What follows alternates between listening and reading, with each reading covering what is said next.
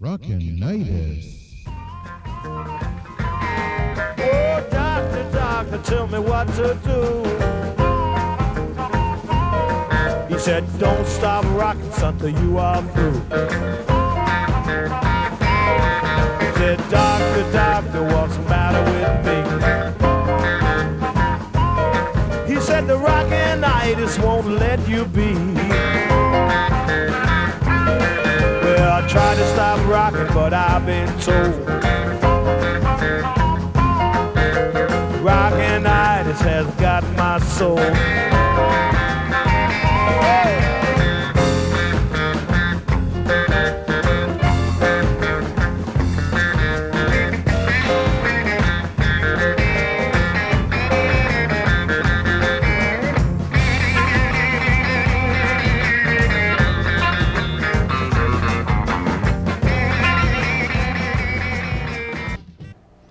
Hi, cats and kittens. Welcome to Rockinitis. My name is Michael Willmore, and the title of this show is Colourful Old Time Records. And I have a collector here of colorful old time records, Mr. Ron Senko. Good afternoon. How are you doing, Ron? Good, thank you, Michael. It's great. And you've been collecting records a long, long time, as I have. Yeah, same year, I think, 57, wasn't Yeah. it? We started at the Yes, same time? yes. And I don't know you that well, but I have known you not very well for a long time. That's it. Boy, like... I've known you for like 35 years, Yeah, not it's very gotta be. well. Yeah, go away.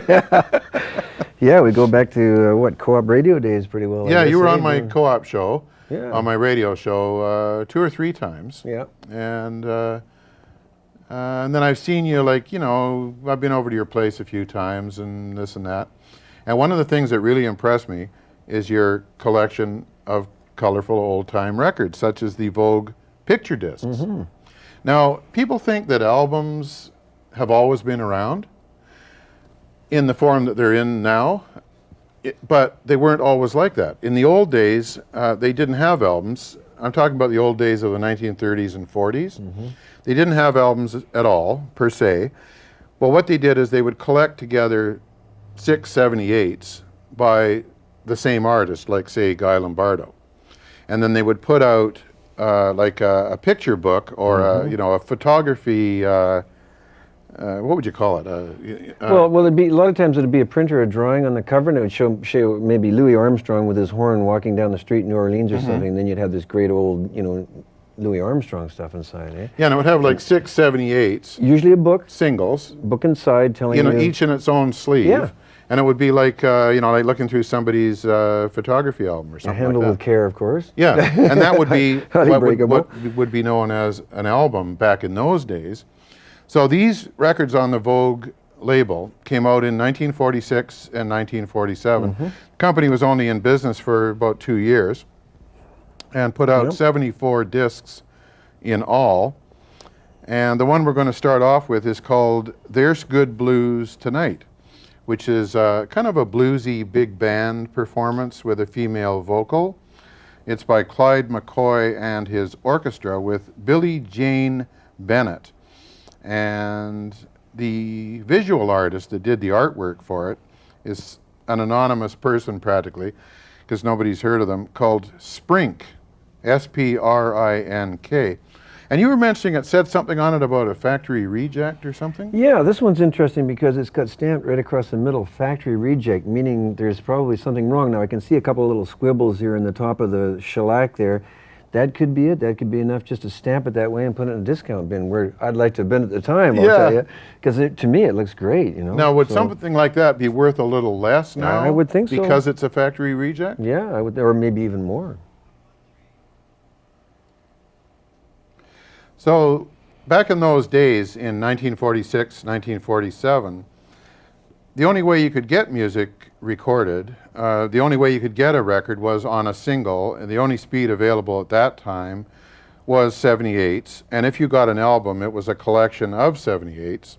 These came out right after the war. The company only lasted about 2 years. They cost 2 or 3 times what a regular black shellac 78 cost. So they were a bit of a novelty, and like all novelties, it kind of wore off after a time. So people got tired of buying them, I guess, and the company went out of business after 74 issues. This one is a particularly strong one. Let's see what the other side looks like, too. Usually the artwork is done by the same artist, and this artist is somebody called Sprink, and the B-side is called Baby What You Do to Me, which is an instrumental, and the A-side is called There's Good Blues Tonight, vocal with Billie Jane Bennett on Vogue 752, a bluesy big band item, a real precious issue, and this is an original Vogue picture disc.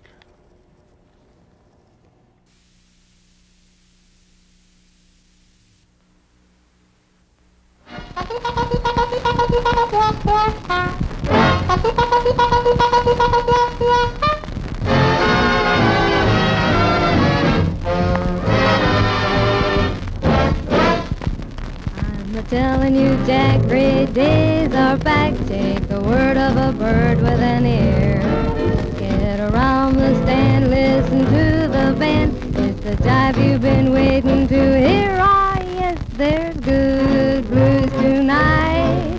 There's good blues tonight.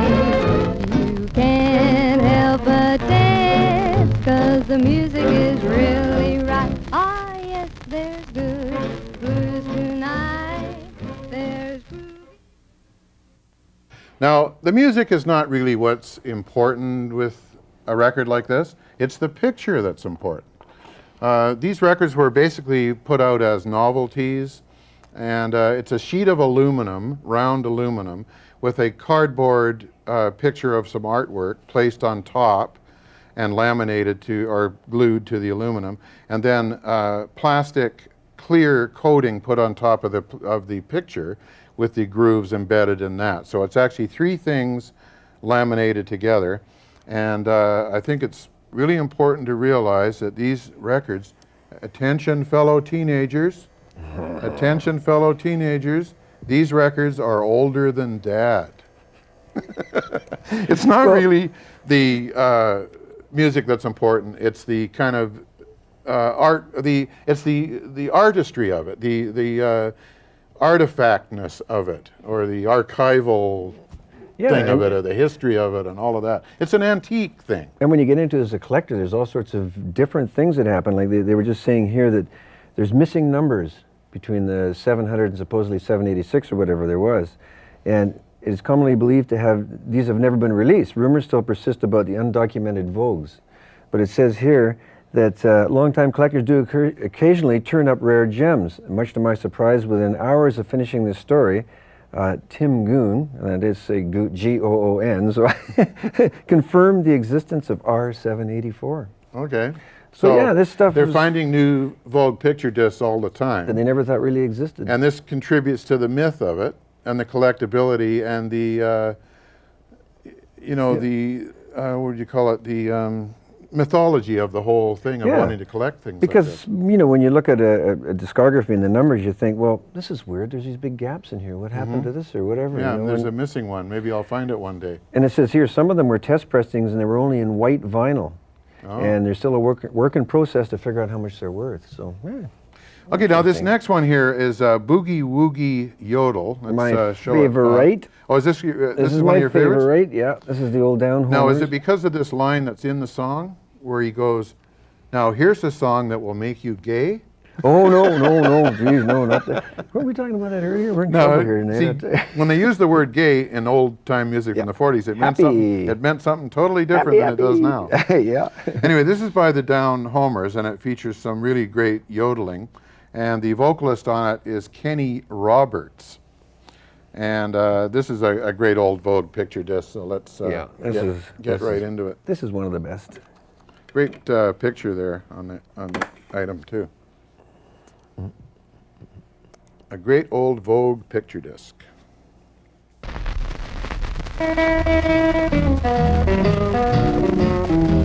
Now here's a song that will make you gay. It will drive your blues right plumb away. The name of this song is not so long. It's called the Boogie Woogie Woodle Yodel Yodel song. I once met a man that was feeling mighty blue as he stuck his head in a pot of glue. Instead of hollering like something was wrong, he sang the Boogie Woogie Woodle Yodel Yodel song.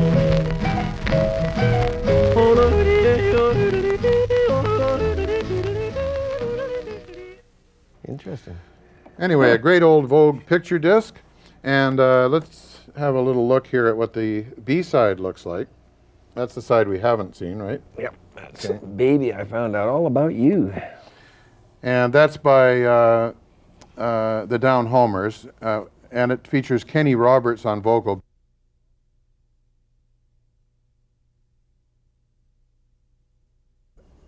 Vogue picture discs, you almost lost it there. Moved. We don't want to lose this one. Okay, no. Vogue picture discs, do you, most of the collecting of them, does it happen over the internet?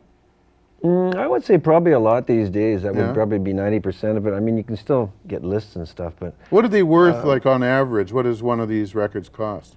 depends on the In shape modern and the day. condition. Well, in good shape. I think you'd probably spend a couple $100 US on one, you know? Oh, yeah. Yeah. As I would- high as, say, eight, certain ones, maybe maybe? 800. Okay, that's a lot. Yeah, I know. Yeah, for a It's- single 78. You got that right, you know. But if you're the guy that's a collector who's missing a couple that you Oh, need yeah, then really you'd pay badly, it. then You'd you're pay it. If you had, Yeah. you know, 2 or 3 missing to get the complete set, Oh you'd boy, pay it. you got to be, yeah, for sure. Okay, now the next one is called In the Doghouse Now by Lula and Scotty. I was just going to tell you a little story on this one before we spin it. This is the other side, and myself, I'm in the music business as a disc jockey, and I see a lot of brides and grooms in my studio, so I always show them this side first of the happy bride and groom and their wedding day and everything. And now we're going to show them what happens to that poor old groom here. There you go. There's In the Doghouse Now. That's the other side of the wedding. We don't want them to see that side, though. Not yet, anyway. I hope not. They hope they never see that Yeah, side. exactly.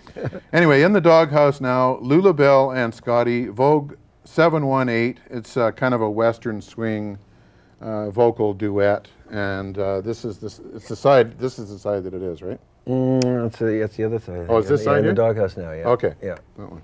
yeah. That's the side. A great old Vogue picture disc.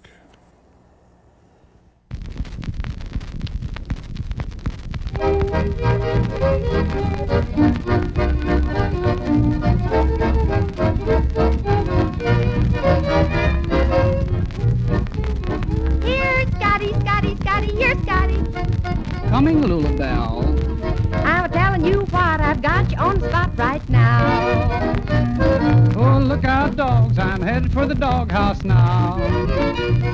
You told that old tale once too much, but now I'm wise and you're in Dutch. And now Dog Biscuit is my fare, but I got company, I don't care. There's a welcome on the mat, but I'm not a-waiting at the door.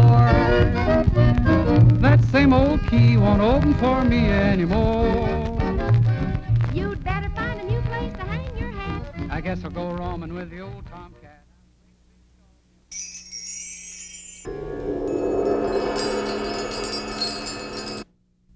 One, two, three, kick. Come on, everybody, clap your hands. Ooh, you're looking good. Are you having a good time? I sure am. Do you like soul music?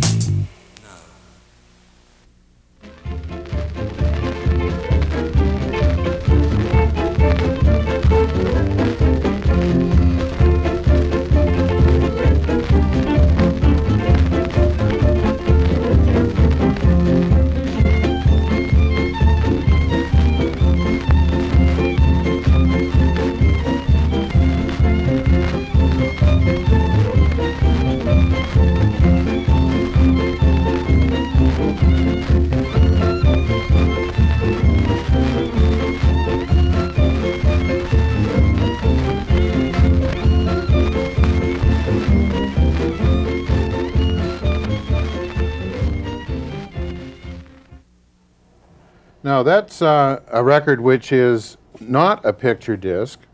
It's actually known as, would it be known as a splatter disc? I just call them tie-dye. Now, is that your term, or is that what it's actually called Now, officially? that's a good question. I'm getting to the point in my age where I can't remember if I made these things up or not. Because it does look like tie-dye. It does look like an old But it looks more tie-dye like, shirt. you know when you go to the P&E or you go to some country fair, Yeah. and they have those cards that they put on a spinner thing, and you add bits of paint to it, and it splatters? Yeah. So to me, it's a splatter disc. Yeah. I don't know if anybody's ever really named them, but I mean, they definitely are. Anyway, once They're again, interesting. highly collectible, colorful old-time record. And this is called Buffalo Gals. It's a square dance by Morrison's Recording Orchestra. And Morrison's company was located out of Seattle. And originally they were based in Bellingham, and then they moved down. And basically the label was run by Maury Morrison, who lived from 1888 to 1984, and his wife Alice Nadine Morrison, who lived from 1892 to 1978. They ran a whole empire of music-related stuff.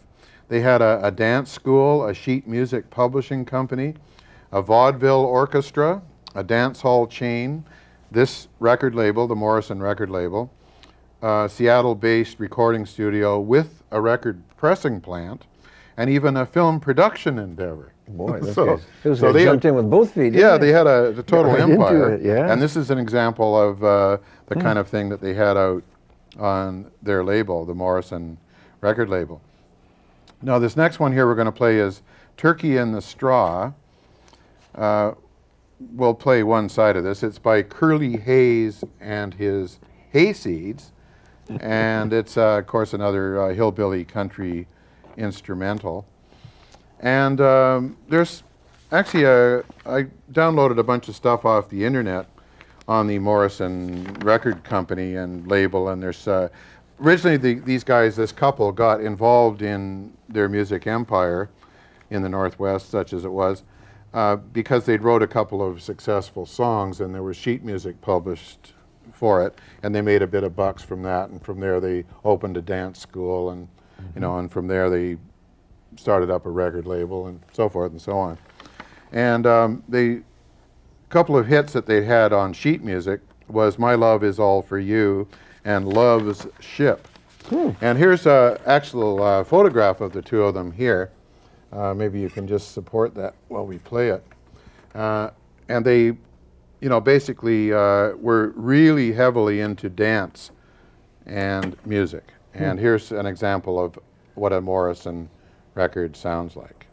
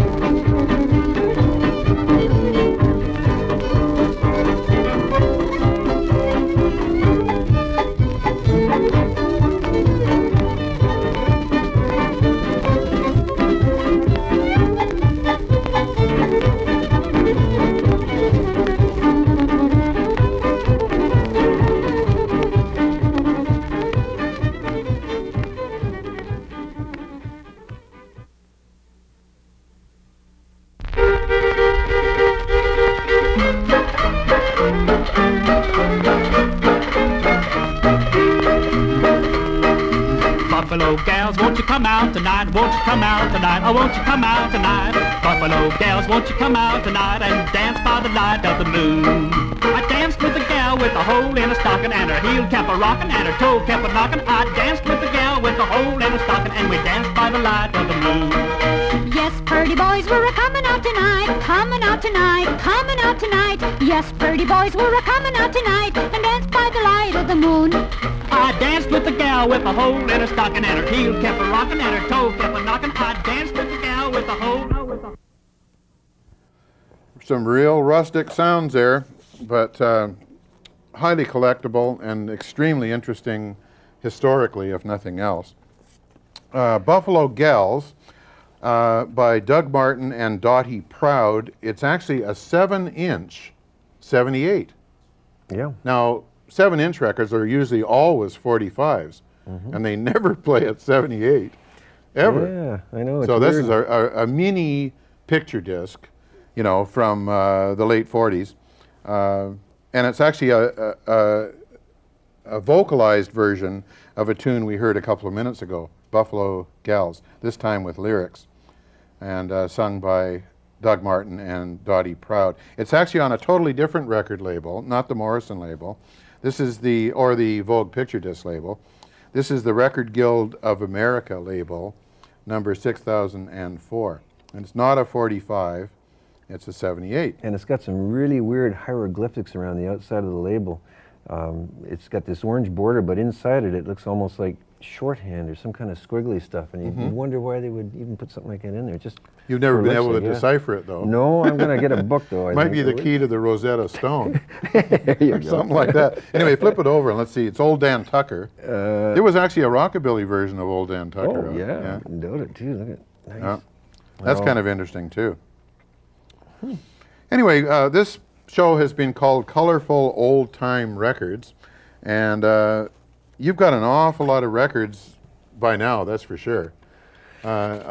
You've got mostly singles, is that right? Yeah, 45, 78s. But a lot of albums too. But I tend to like the sound better, you know, the 45s. And now with the 78s, boy, you can make them sound. You put them right on the disc, and they just sound so nice. 78s have got a very good sound. I mean, people think they're old, scratchy 78s, you know, and sometimes they are. But they've got a lot of presence. And there's full bottom, full highs. It's amazing. And there's some really good fidelity in old 78s. Well, the technology at the end of that era for 78s vastly improved. I mean, the old days when you had, 16 grams on your tone arm and you could watch a Bakelite being peeled out of the grooves. Well, these 1229, I got a dual 1229, which was about the end of the technology for 78s with a 78 speed on the turntable. That thing tracks at 1.5 compared to 16. Wow. And so these things are going to last forever. You'll never wear them out. You know. Well, down at Co-op Radio, there was a couple of guys down there in the old days that used to play 78s on their music shows. So they brought in the 78 turntable for on-air airplay, and it was nicknamed the Spike because it had this big arm that came over and went like this. Oh, those are awful, those big brown tune and you could arms almost see the shellac peeling off them as it went down the grooves. Well, the jukeboxes were like that too. Yeah. The early 78 jukeboxes, you would have to have a stack of records that you really wanted to keep and a stack for your jukebox because you're guaranteed after so many plays, you might as well find another copy of the record. Yeah, they did wear out. Oh, they just grade them all the time. What else? You got a big stash there of stuff? Yeah, do you want to see some of the... Let's have a look. Yeah, here's, speaking of getting to some later, I'll just show you, there's a B-52s. I'll just show you that side. That's the B-52s. And of course, with these picture discs and everything, once they started in the 40s there and kind of caught on, a lot of people did them in the 70s, didn't they? In the 80s. 80s was big. I guess 80s was big. The rejuvenation of the picture disc. I mean, I've got several picture discs of, like Sgt. Pepper and different albums like that came out, on picture disc in the 80s. And that was kind of neat to have and look good on your wall. And since I know, Michael, you're doing a couple of shows on Jimi Hendrix, here's a treat. This is the Christmas Jimi Hendrix picture disc. Okay. Now that is a rarity. And Jimi Hendrix is singing Christmas songs on Christmas songs. He's done, and it's Happy New Year, and I think... Oh, yeah, Silent Night, Little Drummer Boy, Old Lang Syne. Wow. Yeah, weird, eh? What else you got there in your little Hendrix? box? In your stash there? little box of goodies, eh? These are. I don't think we've showed this one, but this is kind of a nice Vogue one too, nice. eh? That's a Vogue picture disc. Yeah, there's another Vogue one. I actually just came across two of them. A fella phoned up and said he had some 78s in his basement he wanted to get rid of, and this was only like a few months ago. And so I just actually scored a couple of these recently, which was nice. Oh, very nice. Let's see the other side. The other side, we're on the telephone. That looks like a very famous actress on that side. Looks a little bit like Elizabeth Taylor or somebody, but no idea. And you notice a cigarette. Oh, yeah. Oh, yeah. We gave those up long ago. And then, I just found this one. This is actually some stuff that you're talking about, the 80s. This was neat. This was Johnny Otis, Telephone Baby. I just found this one the other day.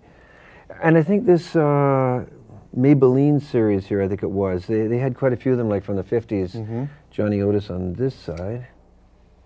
And Ma, he's making eyes at me. A totally different artist on the other side? No, or? I think it's still Johnny Otis. I think it's still Johnny Otis. Yeah, because I think I've got that on a Capital 45. Oh, yeah. Too. And that would have come out in the 80s then?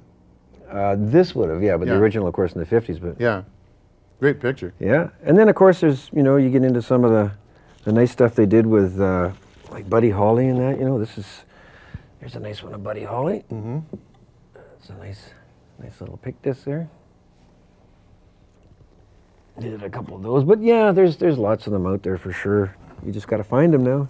Buddy Holly and his Fender Stratocaster. Yeah. Okay, let's we'll go out with I think that B-52's one there would be a nice one to play. Planet Claire. Okay, let's do Planet Claire. Yeah, that's a great I remember the very first time I heard this was at the Commodore Ballroom. I'd never heard of the B-52s. Oh, and it was intermission between two groups. This came over the sound system, and you could hear this buzz all throughout the club. Who is this? Who is this? And somebody said, oh, it's a group called the B-52s. So naturally, I went out the following Monday and bought the album. Everybody was highly impressed, including me. Well, this plays at 45 or that is at 45. Okay, yeah. 45. Okay. Yep. The B-52s with Planet Claire. This is the picture disc we'll go out with. This show was entitled Colourful Old Time Records, and my co-pilot here has been Ron Senko.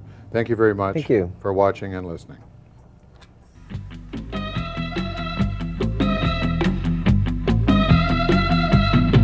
She came from Planet Claire.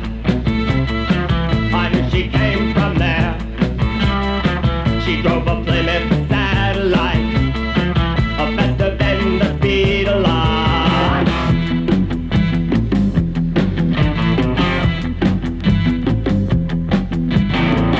Planet Claire has pink hair, all the trees are red. No one ever dies there. No one has a head.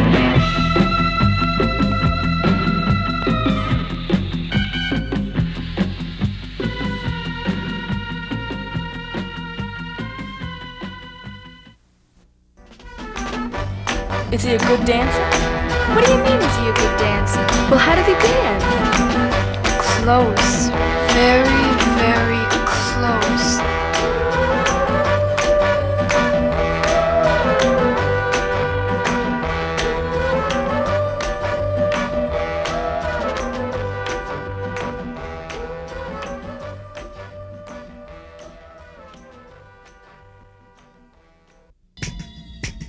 Rockinitis. Oh, baby, baby, when I heard that beat, the Rockinitis just moved my feet.